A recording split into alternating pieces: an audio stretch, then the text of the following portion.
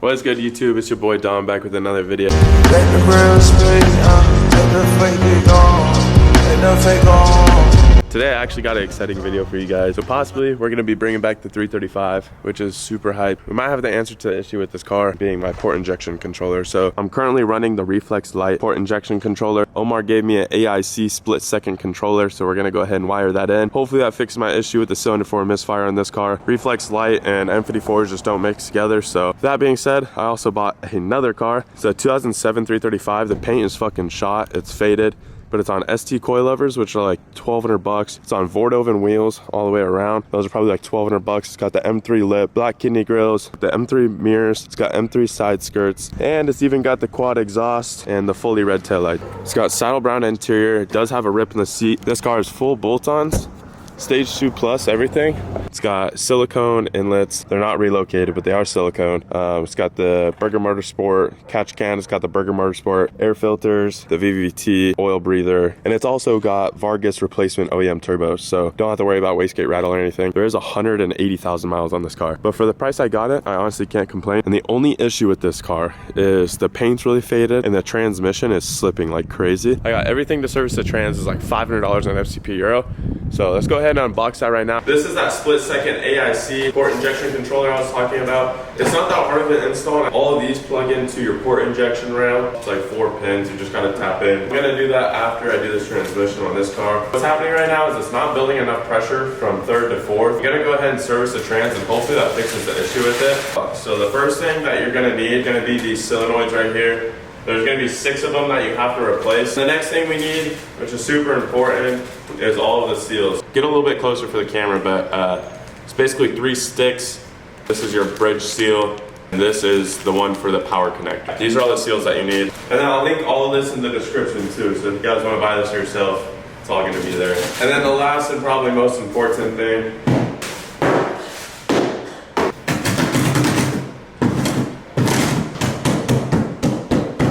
very important to open that carefully. The trans pan. Without further ado, let's go ahead and get this shit started. So I got the car jacked up now. The first thing that we're gonna go ahead and do is drain all the oil. So here underneath the car, this is the trans pan itself. This right here is what you wanna go ahead and release. It's a 10 mil Allen. I'm gonna go ahead and just tip everything that way. If you're doing this at home, definitely one thing to take note of how this gear selector looks. Maybe even take a picture, because when I did this prior to my other 335, I messed that up and I had to take off the pan like 4 times. So just don't do that, and take a picture and remember how that goes. Now after a couple of bolts, this whole plate should drop here. Okay. Okay, so I got the Mectronic plate out here. So these are the solenoids that we need to replace. So we'll go ahead and get those out, and then we'll put everything back in and refill it. I'm a pimp with this 40, got a lamb. Bathing nape on my shorty, that's a champ. Rockstar Ozzy, please don't stop me. This thing has to go in between. Right here is all the gaskets. I didn't order all of them. There's 3 different sizes, and this is the smallest one right here. You need 2 of these small ones, and then just 1 of each of these. I messed up when I reordered, only ordered 1 of these. So unfortunately, this is how the car's gonna sit tonight. I just cleaned everything up. Yesterday I got home super late from work, and unfortunately the transmission, I think, is toast. What's going on with this car is it won't shift into 4th gear. It won't go from 3rd to 4th. I thought I could buy the car and just service the whole transmission, do all the solenoids. I was hoping the transmission would just work. It's not the case with this car. However, I still have the beauty and the gem. I also already wired up the new port injection controller, so we're all good to go there. Right here I have 3 tanks full of E85, so I'm gonna go ahead and put one of these in the car, get it started, and let it warm up. Run up, you get baked like you in the oven. I haven't started this car in like a week, so we're about to find out how many tries it's gonna take.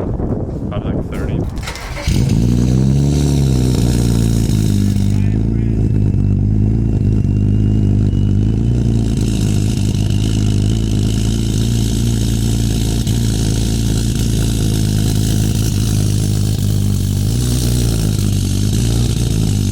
Car just died.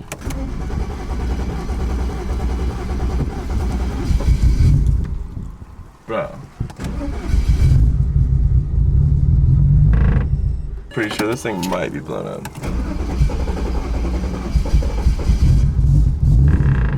The car started first try by itself. I didn't have to give it any throttle. However, started smoking like y'all saw, is misfiring right now, and the low pressure fuel pump keeps tanking down, and then it goes right back up, and it's followed by a really weird noise. I'm not sure what it is. I'll play this video real quick.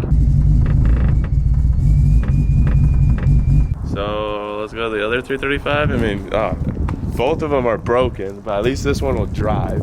Listen to the cool start on this thing.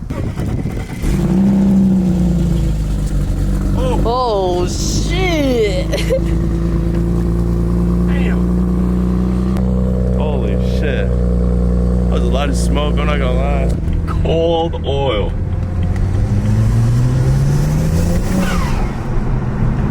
It actually sounds good though.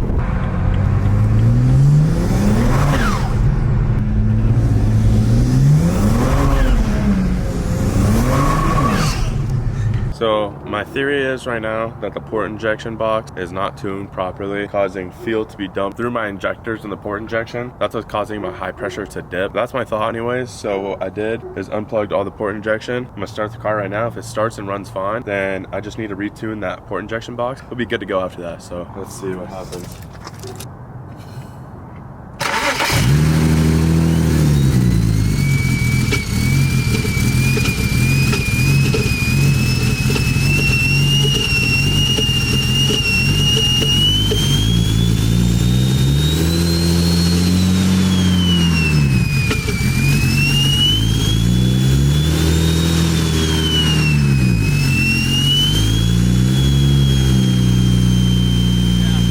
No smoke coming out the rear. That was like the biggest thing.